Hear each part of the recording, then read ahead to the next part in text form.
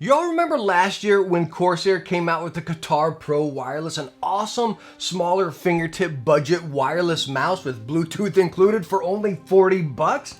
Well, this year they're coming out with the Katar Pro XT, a lightweight wired version for only $30. All right, so the first thing I want to touch on diving right into this mouse, again, my concern, it being, again, a $30 mouse, lightweight and smaller. How is that build? And let me tell you what, the build of this guy is stinking solid. I mean, no rattling, no creaking, no flexing, nice PBT coating type of feel on the top right there. It just feels incredibly solid, exactly what we always expect from Corsair products, you know what I mean?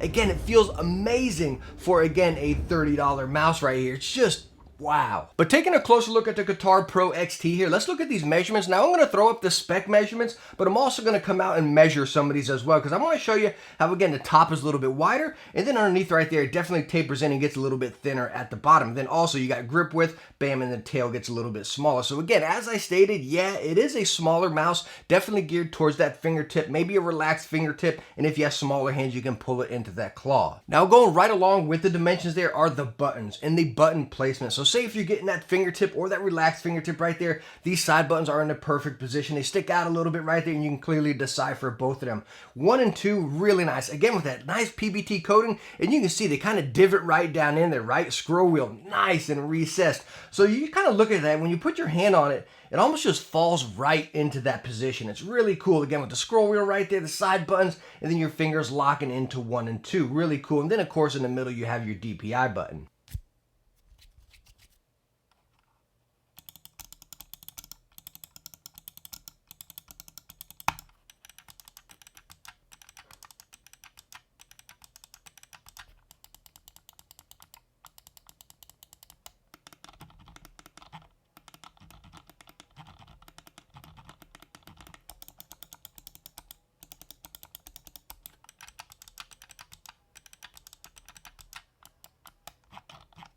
Now coming up to the front of the mouse, looking at the cable here, it does shoot out quite a bit in the front, so you reduce that initial drag. Now the cable is not the lightest, it's not the heaviest, it's kind of the norm of what we see on a lot of big name mice these days. Again, it's flexible, it's plenty of nice. Slapping in a bungee, I think you'd be good to go. Flip the mouse over, PTFE feet, nice, big and chunky right there. You don't feel any drag or anything, and it glides nice across the pad, really nice and smooth. And as far as the sensor, we are using a PMW 3391, which Corsair has used this sensor in a few of their other mice, and it's really cool because you can dive into the software, of course, adjust your buttons, your RGB, which is on a scroll wheel and all that stuff. But as far as, again, going back to the sensor, this thing can adjust in 1 DPI increments, right? Usually we see hundreds or 50s, you know, something like that. This is really cool. You can adjust it to that little micro adjustment of 1 DPI. Really cool. All right, so let's go on and talk about my favorite part of reviewing mice, and that is my actual time using it here. Number one, what I want to touch on, I want to backtrack onto that grip style right there, where I stated it's a fingertip. You can relax fingertip it.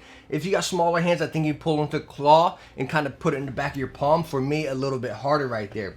So if any of you's been here for a while, you all know I like bigger mice that, again, I can easily put in the back of my palm, my main being a Zowie ZA12. This one was a lot different. It was definitely geared for me, primarily fingertip pretty much all the time, you know what I mean? But a really cool thing I want to show you here is how I ended up playing decent. I still came in first place, but it was a sloppy first place, right? So this is playing Call of Duty, by the way. So anyways, when I took the mouse, I can't do a base fingertip. I just can't. It's not, I can't play like that. I don't know, it's just me, right? But when I took this mouse, set my fingers down on it, let them lock into that groove, let them wrap right around that hump at the top right there, and then my fingers just kind of went into place. Then I could actually hold my shots, and I can still flick to the next one. It was really cool. It was a different grip. It was a hard grip for me. It sure was.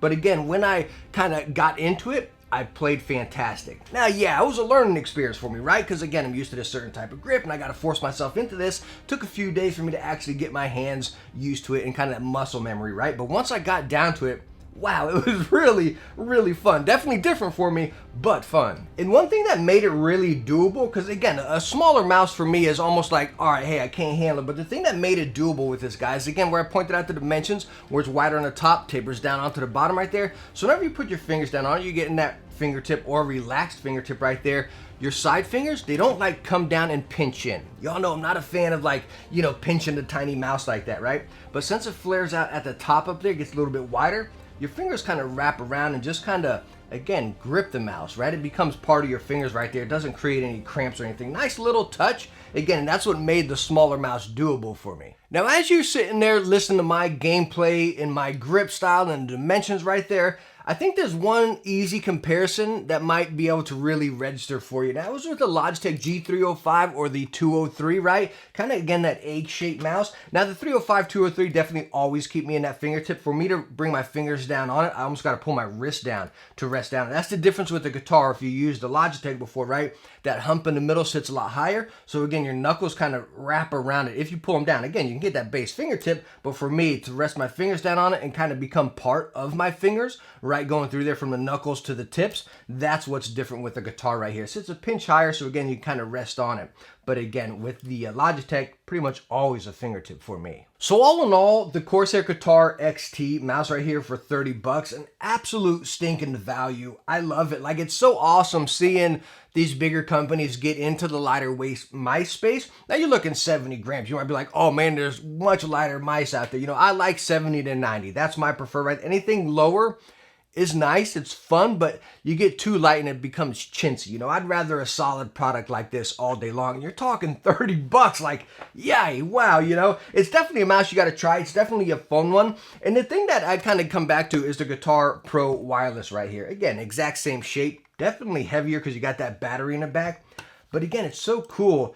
Now, the Katar wireless comes in at, I believe, 40 bucks. You can get like 2 mice for 80 bucks here, you know, a wireless one and then a wired one. What a stinking deal, you know? And again, the wireless one has wireless and Bluetooth, so that's stinking awesome. But again, focusing on the XT, it has me excited for what Corsair can bring.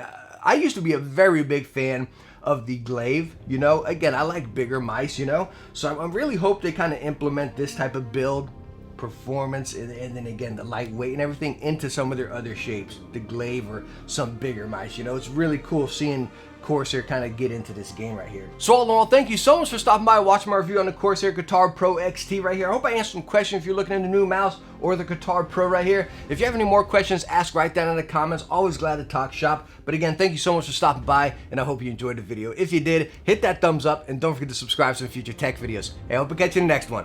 Bye now.